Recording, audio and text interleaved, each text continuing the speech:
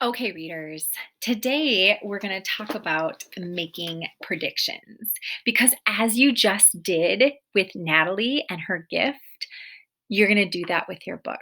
So, because I gave you some clues as to how she might react, you were able to think about in your mind how she would act once she got this laptop, right? And you, as a reader, know how stories go, right? So you know that the main character will face a problem and they have to try to solve it, right? So we're going to do some of this work with Reverend Abbott and those bloodshot eyes. And I'm just going to pick up where we left off.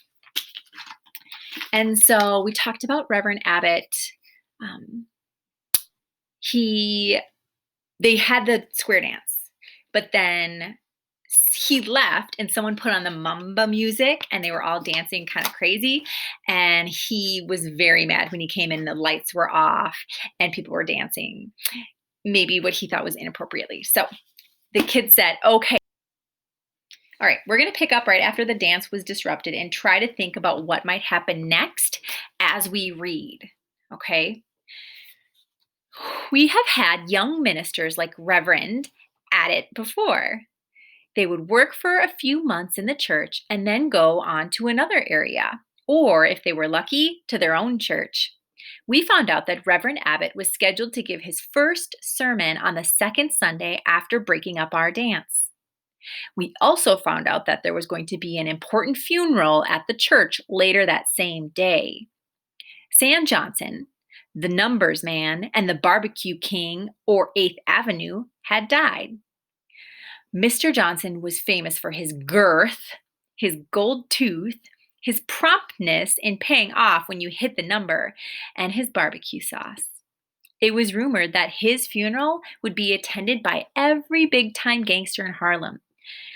There will even be, the story went, an Italian Dexter is from East Harlem coming over.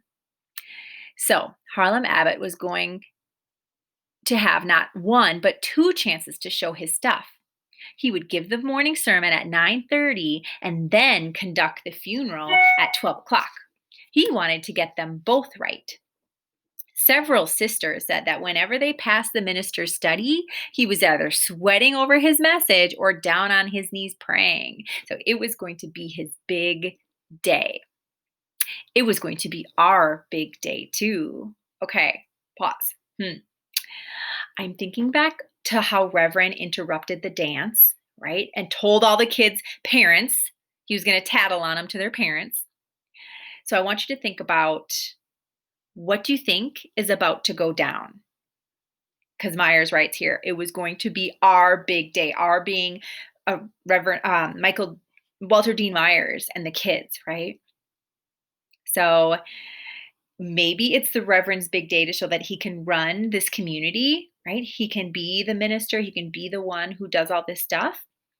And I'm thinking maybe the kids might do something to hurt his plans.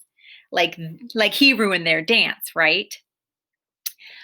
Think about how stories tend to go, and I want you to create a prediction right now in your notebook about what Myers means when he writes this line.